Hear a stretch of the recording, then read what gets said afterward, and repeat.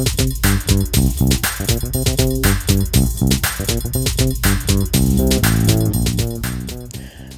this is Douglas Ergabono, and welcome to another edition of NCCC Student Talk. Our guest today is Caleb Avery, and we will be talking to him about reenacting. So Caleb, what is reenacting?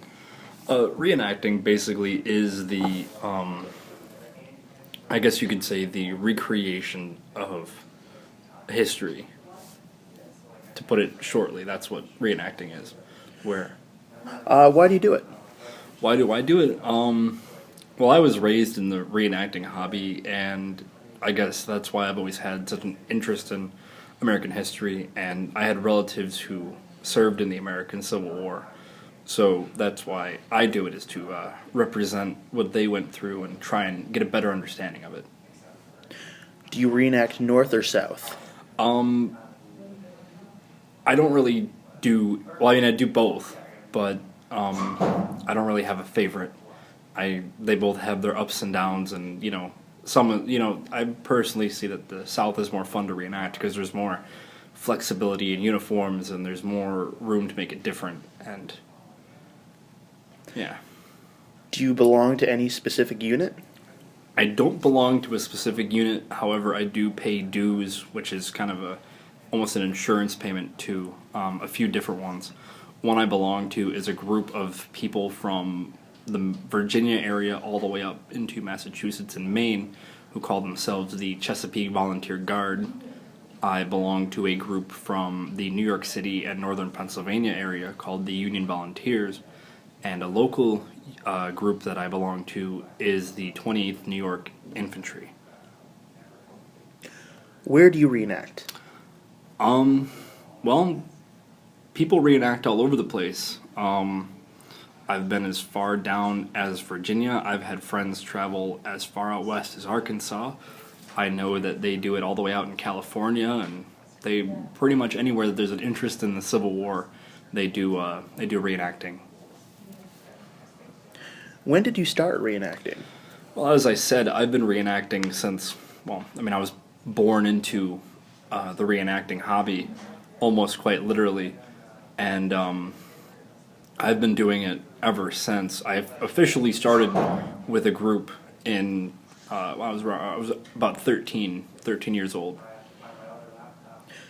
Are there different types of reenacting groups? There are. You have, first you have the, infantry, artillery, or cavalry, and then you even have engineer units. But the different types of reenacting units that I like to focus on are the difference between what we call mainstreamers, are the people who make up a good 75 to 80% of the reenacting hobby, and then you have people who call themselves campaigners or progressives, who take a more authentic approach to the hobby. That means eating what they ate, living how they lived, taking and living by what they did, and things like that, whereas mainstreamers tend to live more comfortably. They take bigger tents, they bring different food, they don't have as strict authenticity guides as, say, a campaigner group does. Are the reenactments staged?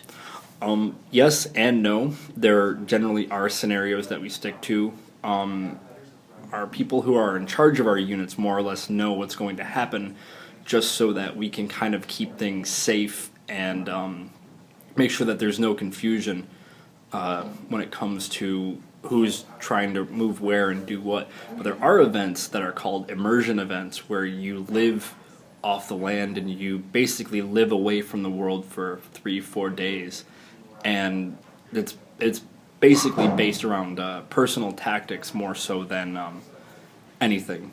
People lead the groups through the countryside given a set boundary, and they either have to hunt down the other side, or they interact with each other throughout the weekend in period correct ways.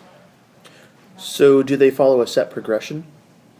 The stage scenarios do, yes. They follow a progression depending on what the scenario is. Say with the national events, the bigger ones that people come all over the country to, like the ones in Antietam, Gettysburg, and other places like that, you do have a set scenario to follow where, you do one portion of a battle, for one little scenario, and then you do another portion.